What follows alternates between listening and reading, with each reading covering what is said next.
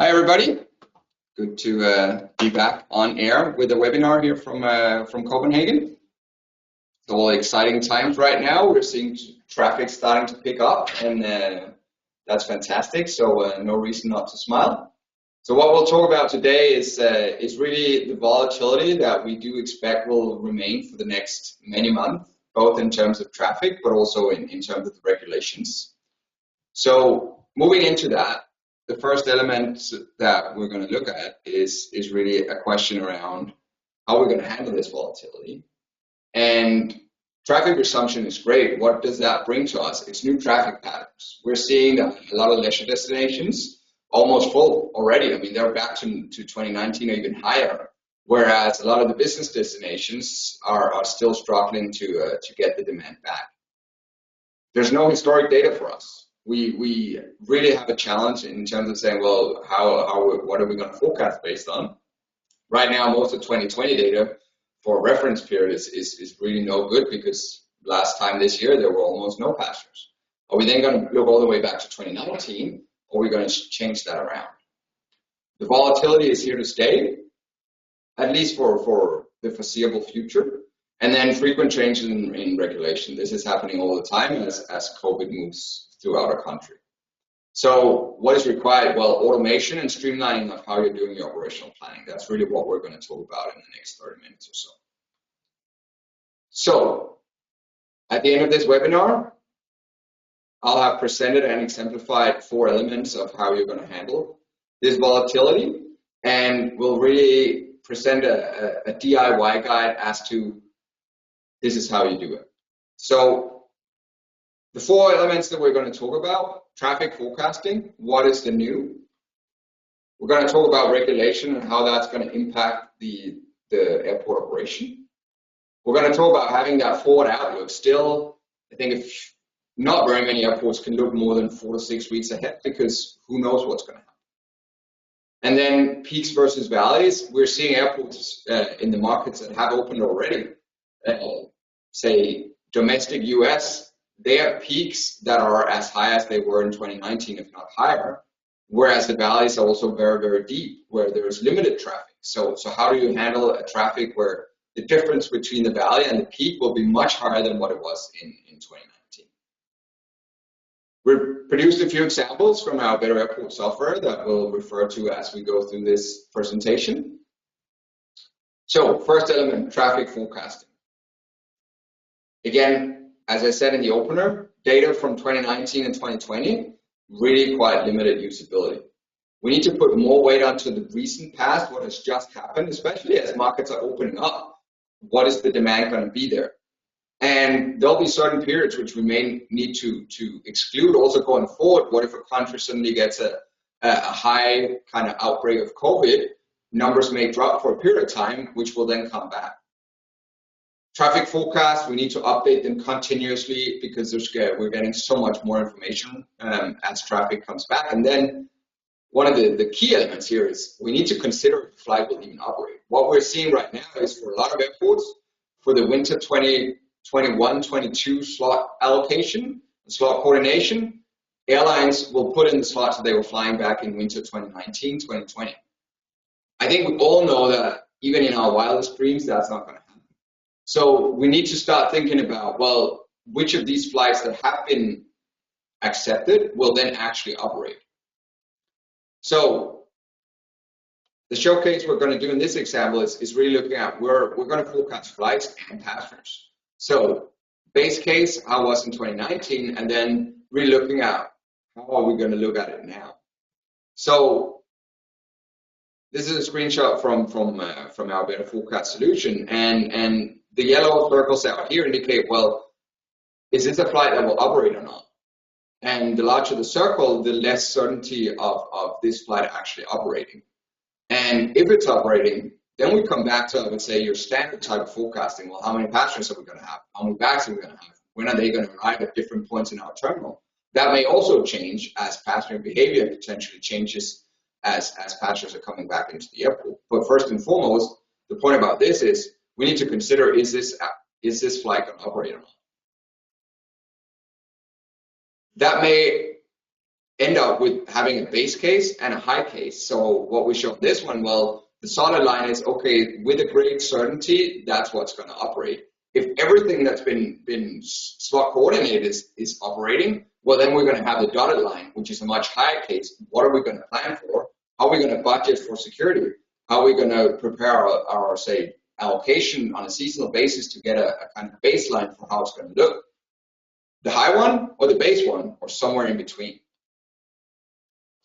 If we look at the traditional forecasting methodology, which was working well in the past, was, well, if we're going to forecast tomorrow, we would look at a kind of corresponding Wednesday in May last year. Now, there were no traffic in May last year, so not going to be a good reference. So what we're doing instead is saying, well, we're going to put less weight onto that kind of reference load factor from last year, and really use the machine learning and AI components to put more weight onto the recent past to look at, okay, what's happened in the last, say, 4, 6, 8 weeks, and use that information in combination with potential information from 2020 and 2019 to come up with an accurate forecast. If we then look at regulation, so we've seen all these headlines. I think the latest one was that now with the outbreak in India, there was really some demand to it and from India, but now since we unfortunately have a large outbreak in India, well, a lot of those flights have now been taken out of the schedule again. So this will continue most likely to happen, and how we're going to react to these different restrictions that will be put in by government. So it could be flights from certain countries that are simply not able to come into the country. Most likely it will be more like quarantine requirements, which can be quite heavy and quite costly.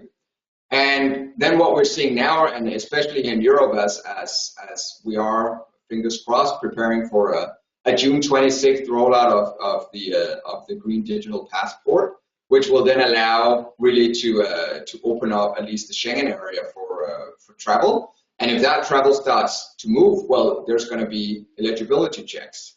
There's going to be checks around testing. There's going to be checks around vaccine. A lot of the airports we talk to are quite, say, worried over what that will mean for the flow at check-in, because that's where the airlines would like to make these checks. They are not going to be 100% digitalized by summer. And that means everybody needs to go to check-in, and the transaction times will not just increase by say, a bit, they will increase significantly.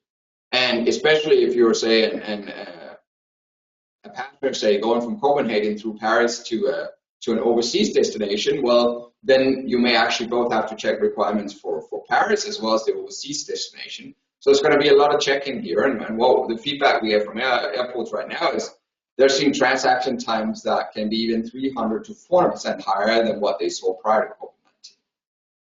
So what does that mean? Well, the examples we're going to show here is one where self-service baggage drop, driven by automation and really check-in online, well, that's going to disappear because that's not going to be an option. Everybody needs to physically present themselves at check-in whether they have a bag or not. So that's going to be dedicated check-in on a per airline basis. The other example is we've had airports talking about, well, we're going to have kind of certain corridors for passengers coming from what is determined as a high-risk country in terms of their level of COVID-19 spread. So what does that mean? If we have to make these corridors through the airport for certain flights from certain countries, how does that impact our standing gate allocation and any element inside the building? So if we look at the common use SSBD case, so nice common use area between a set of airlines. We had a morning bank, a midday bank, and a later bank. This is between Turkish, Iberia, China Airlines, Air Canada, and Welling. Could all stay within Zone C, as you see at the top of this Gantt chart, and really had very limited challenges. Now, if that had to be dedicated, this is what will happen. So now all the flights have to go, I would say, back to the old school way of checking in without automation. So that suddenly means that actually, instead of having all these flights within a single zone and 10 counters, it's actually all zones in the peak that needs to be taken up. So even though passenger loads may still be quite a bit lower than what they were in 2019, the overall demand in check-in may actually be higher. Now, add on top of that social distancing, and you really have a, say, for an analyst and planner, a very, very fun planning puzzle to solve, but it's also going to be quite difficult, and you're going to run a lot of scenarios, and you're going to track this development all the time. So you really need automation and streamlining around this. This is another screenshot. This is from our Stat Engage solution. So what this is looking at is really the challenge around, okay, I will have from certain countries, I can get these high-risk flights in. What's that going to mean for my allocation of flights? So in this case, we had some flights that are highlighted in green here. They would be the lower risk flights, some that are in the, say, yellow zone. They may be at a medium risk, and then you would have some that are in the red zone, which would be, okay, we need to corner these off. Of course, such a restriction on your capacity will make you less efficient, and you will need to think about, okay, how do I then come up with a way to really allocate my flights differently, and what's going to be the impact inside the building of having such kind of high risk corridors. Then if we look at the third element, which is really the forward outlook.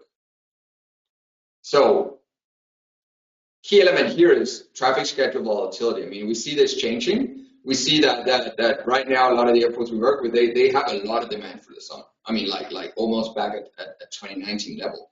They all know that's not going to operate, but the airlines simply don't know what they're going to operate. So better safe than sorry, they're going to put in a bit more than what they're actually going to fly. The airports we talk to are still at a 4 to 6 week outlook level, so they still have this pretty good idea of what's going to happen in the next 4 to 6 weeks. A lot of them have moved into a consolidated space, so they're using that outlook to say, okay, when are we then going to open up some more space? When are we going to go back to kind of not necessarily in full how it was, but closer to how it was? And as you're doing that, well, what is the one flight that will push you over the limit? Are you going to accept that one flight that will push you over the limit? Or are you going to say, well, I'm not really going to go out of my consolidated space until I have, say, solid demand, and not only for 1 hour, 2 days a week. That's not going to be a business case that I can justify. So it's also about, are you actually going to have some short-term slot restrictions on what traffic you can accept? And then again, it's really the automation of this. Automating all those updates, making sure that every time you get an update, you are able to very quickly turn it around and understand what's going to be the impact on my terminal. So the showcase in this example is going to be one of an automated planning flow. So this is an example of a slot coordination process where an airline will submit their slot request. It'll go throughout the whole kind of journey of the airport. Every area will be evaluated to see is there enough capacity or not. So the first step is the airport can receive the schedule from the airlines. It can be an SSIM data, email, fax. I mean, there are a ton of ways of getting this information. We're transforming that into flight events so that we know, okay, what is that actually going to mean for our operation? We send those into our Better Airport solution as flights to be evaluated. So we need to understand, okay, if this is our current traffic and we put this on top, what's going to happen? It's going to be a good match or a bad match. So that's really what we do on top of a fully calibrated solution in terms of saying, okay, that's what we do in the planning solution. All this, again, happening automatically because we've already set it all up. So we know what the business rules are. We know how to tweak the algorithms. We know all of how to run this, and then we get the results back. We get a dashboard saying, okay, I may have a challenge in an area or two. You can then deep dive into and understand, okay, is this an acceptable challenge? Can I then manually kind of fix it on the backside of those business rules? Or am I going to say, hey, I'm actually going to say no to that flight because that's putting me over the top and it's not something that I would like to do. So once you then have the accept or decline of the slot, you're able to send that information back to the airline and transferring it back into the right format, and then automatically reply back to the airlines, okay, either accept or decline. So every time you get a new slot request, you can run through this process. Again, as it runs, it's really fully automated, so something that's really quick to do and involves very, very little manual work. Then we have the conversation around peaks and valleys. Again, traffic over time has really kind of come to a place where a lot of airports have been more or less saturated in the peak, and then of course the valleys have filled out from there. So the shoulders of that peak have been wider and wider and wider. What we're seeing now is boom, the shoulders are gone. It's still going to be a very sharp peak because that's the nature of running an airline business. You want to get those flights out, and there are some peaks that simply just make sense for the airport operation or for the airline operation, which will challenge the airport operation. So our belief has all along been, and is now really being confirmed by how we're seeing traffic coming back, is the peak traffic will return faster than the non-peak traffic. That's a big problem for the airports because they're dimensioned for that peak traffic, and their revenue is based on annual revenue. It's not like you're charging the airlines operating in the peak period a lot more than those that are operating off peak. So you can get to a situation where very shortly you're actually capacity constrained, similarly to what you were in 2019. You just don't have anywhere close to the revenue you had in 2019. So our answer, of course, is optimization. How do I then get more out of what I have? Because now I really have a burning financial platform on which to where I have to do that. So one option, or actually 4 options that we'll go through here. One is virtual queuing. We're running right now a very interesting project in Seattle where we're part of a pilot for virtual queuing. I'll come into some more details on that. Couple of ideas around slot constraints, both for a more kind of allocation-driven area like check-in, or a more demand-driven area like the immigration process. And then when we come out on standing gate and the allocation of those resources, well, could you actually increase busing or increase towing of aircraft to make sure that you can stay within the footprint? So virtual queuing, I mean, it's really that the passenger can sign up for this, booking a slot at the security checkpoint, either at home when they're checking in, or they can do it once they're at the airport. It can be done both for say, the check-in process. It can be done for security. It can also be done for any kind of commercial area. The whole idea is this is really stress-free. It's peace of mind for the passengers. They'll know when they'll have to go through each stage. It'll be good for social distancing, since, of course, if you're queuing virtually, you should not queue when you're on site. And I think the last element, as we get a high passenger uptake, and I think that's one of the key elements out of what we've done so far in Seattle, is there is really demand for this. We're seeing, I think, really beating any expectation as to how many passengers we would get into this program, and really having some good opportunities to now influence passenger behavior. We can have them come earlier, we can have them come later, we can have them come really as we would like them to come to get the best possible balance of traffic so that we can flatten the peaks. The way it works for the passenger is, well, they'll have this opportunity. Once they check in, they would also have the opportunity to schedule their time at security. They can select the time they want, and then once they are at the airport, well, they'll have the opportunity to say, okay, now it's your turn. You already know that because you booked your slot. Maybe there's a reminder set. Maybe we just expect the passengers to show up on time, and they know where to go. And that's really something that we're seeing is really generating a lot of interest right now, and an opportunity that I think that a lot of airports can see as something that's not only here for kind of a short-term solving this summer, but really something to stay in the long run, as it's a really promising opportunity to impact how passengers are coming into the airport. If we then look at the terminal constraints, starting here with check-in, so again, coming back to the Gantt chart that we're used to seeing for check-in allocation. If you see the upper reddish shaded area here, those are flights that are unallocated. You can see this is a fairly kind of, I would say, square box allocation, as we see in very many airports today, is, well, get a set number of counters X amount of time before your departure time to Y minutes before your departure time. That's how you allocate it. What the handling agent or airline is actually staffing to sometimes is quite different. So once you have more information, once you start to pick up that information, you can start saying, well, I actually don't need to give carrier X these 3 counters throughout the opening hours. I could probably kind of lower it towards the end of it. Of course, here it's very important to distinguish between economy counters and premium counters. Premium counters is really a thing that the airlines want throughout their opening periods, whereas the economy is more driven by demand.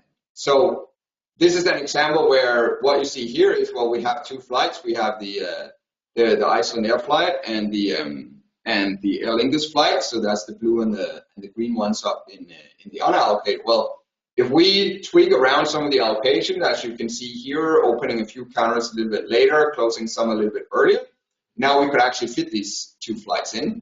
So that's the optimization piece. This is where we're using the data to understand this is how passengers are arriving, this is the time they take to process. So this is actually the amount of counters that they need to run the operation. And through that, well, instead of somehow having to get more capacity, well, we could fit it within the existing footprint. So now we look at it from a more demand-driven perspective. So that's the perspective of saying, well, these are the terminal constraints in the slot coordination. So this is immigration. So that's where we say what you see on the left here is the number of required lanes to handle that immigration process. And we can see there is a peak here around 1 o'clock to 2 o'clock. What if we had another flight coming in there? Air Canada wanted to fly here. We can see, well, what's happening? Well, I had a kind of a around 11-minute wait time. That's doable. I can live with that. Maybe topping out at 15 minutes. If I have another flight coming right in this peak, well, I'll come over the limit. I'll hit 27 minutes of queuing in my immigration checkpoint. Maybe the airport would say that's acceptable. Maybe the airport would say, well, it's not acceptable.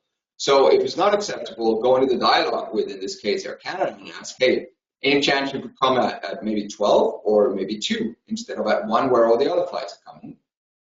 There's also there's always a commercial aspect to this. So of course, telling too many times to your airlines that they have to come at different times is not good. But if it's a single flight, maybe it's actually an option.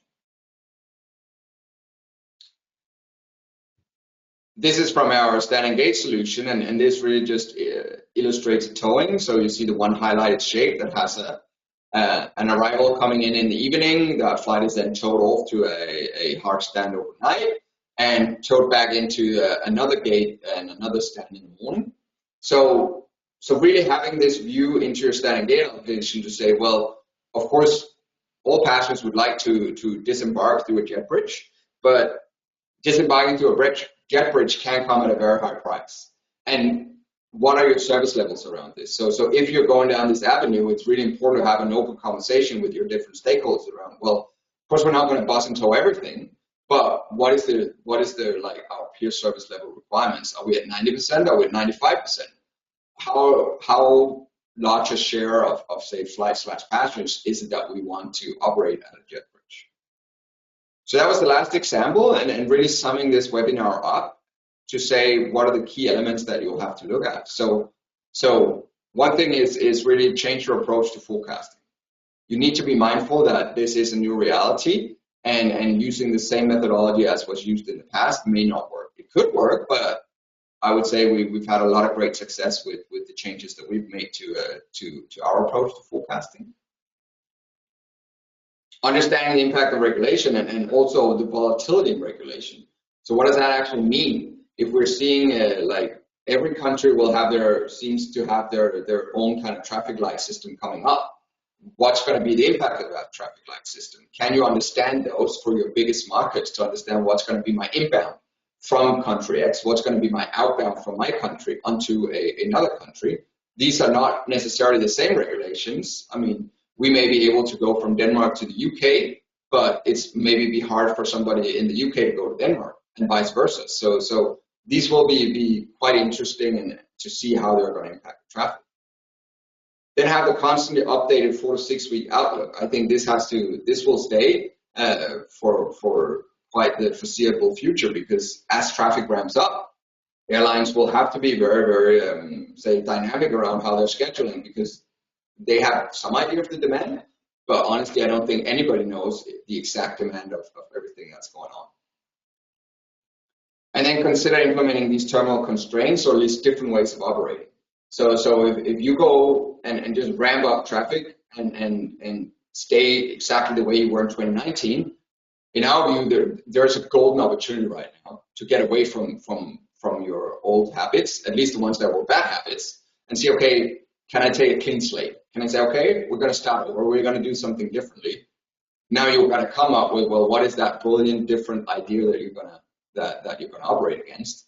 That's going to be another quite interesting element to see. So we have about 5 minutes left. I can see already a few questions have popped in, but do feel free to throw in a few questions. I'm just going to take a sip of water and then I'm going to have a look at the different questions.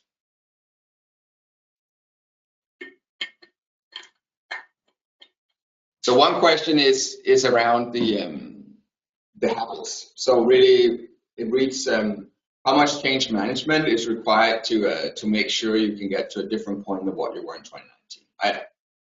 I think change management is definitely going to be a key player here, but also really explaining, well, why are we doing this as an airport? Why are we changing around the check-in allocation? Why are we changing around the standing gate allocation? There's a reason to the elements we're doing. It's a data-driven approach. We can discuss the data. We can discuss the facts that we're putting into this, and then really have the hopefully a common understanding of, well, there's something in this for everybody.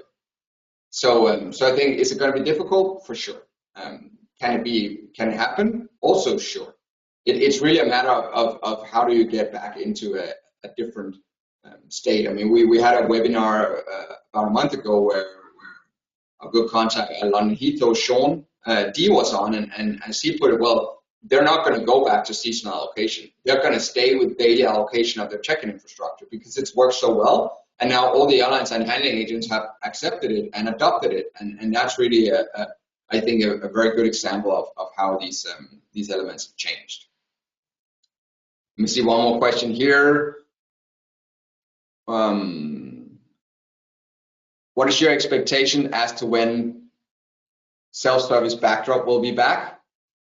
So I think self-service backdrop, not this summer, hopefully soon after, as restrictions are potentially released a bit, or there is a digitalized system. I'm a bit skeptical to the digital system because every country seems to do their own kind of version of some kind of vaccine proof, and some is digital and some is on paper. So having all of that, I think it's going to be more towards the winter season where hopefully the spread of COVID will be pretty contained, and you can have areas of the world where you can say, well, we're not going to check your vaccine proof. We're going to expect that you are either vaccinated or tested, and that the spread within those countries is so low, so everything is under control. Then there is a question around what is required for successful virtual queuing implementation. So I think virtual queuing is really a concept that is, I think it relies on 3 different things. There's a technical aspect of it. You have to have a solution where you can reach out to the passengers, but at the same time understand everything that goes on with the traffic schedule and how you're impacting the passengers. Then 2 other key elements is the concept of operations. So how are you going to operate this at the airport? If it's going to be for security, are you going to have a dedicated lane? Or is it just going to be the queue before you actually get validated to go into that area? Or how are you going to set all that up in the operation? And then it's the passenger outreach. I think some of what has really worked well in Seattle is we have Alaska as one of our partners in that pilot. And having Alaska communicate with their passengers is absolutely great. So I think those 3 are the key main elements. So conscious of time, there's one more question that I'll just take before we wrap it up. So how do we decide on the quantum of investment of these temporary expansions when we know that it's not going to stay forever? I think that's a really good question, and one, of course, that's hard to answer. I think it's a bit about looking at what can be reversed, what is something that you can potentially do for say a 3-6 month period, like virtual queuing. I mean, that's a fairly light touch investment. It will, of course, require some hours, but it's not building something big. It may then end up being something you do for 6 months or something you do for the next very long foreseeable future. I think the latter, but let's see what happens. I think then again, it's the optimization. I think you have to be very careful of investing anything in infrastructure of something that's not going to be here forever. I think it's around processes and really technology to the level of what you can do, and then something that will not set you back too much, but again, wanting to really invest because we need to get passenger confidence back in that it is safe to travel and that we can observe social distancing and that we're not going to have kind of swamped terminals with way too many passengers, because that's going to scare passengers off. That puts us at 4:30, which really wraps this webinar up. I want to thank you all for listening in and for the good questions. And hopefully, before too long, I'll see some of you in person. That would be absolutely lovely. Stay safe. Thanks.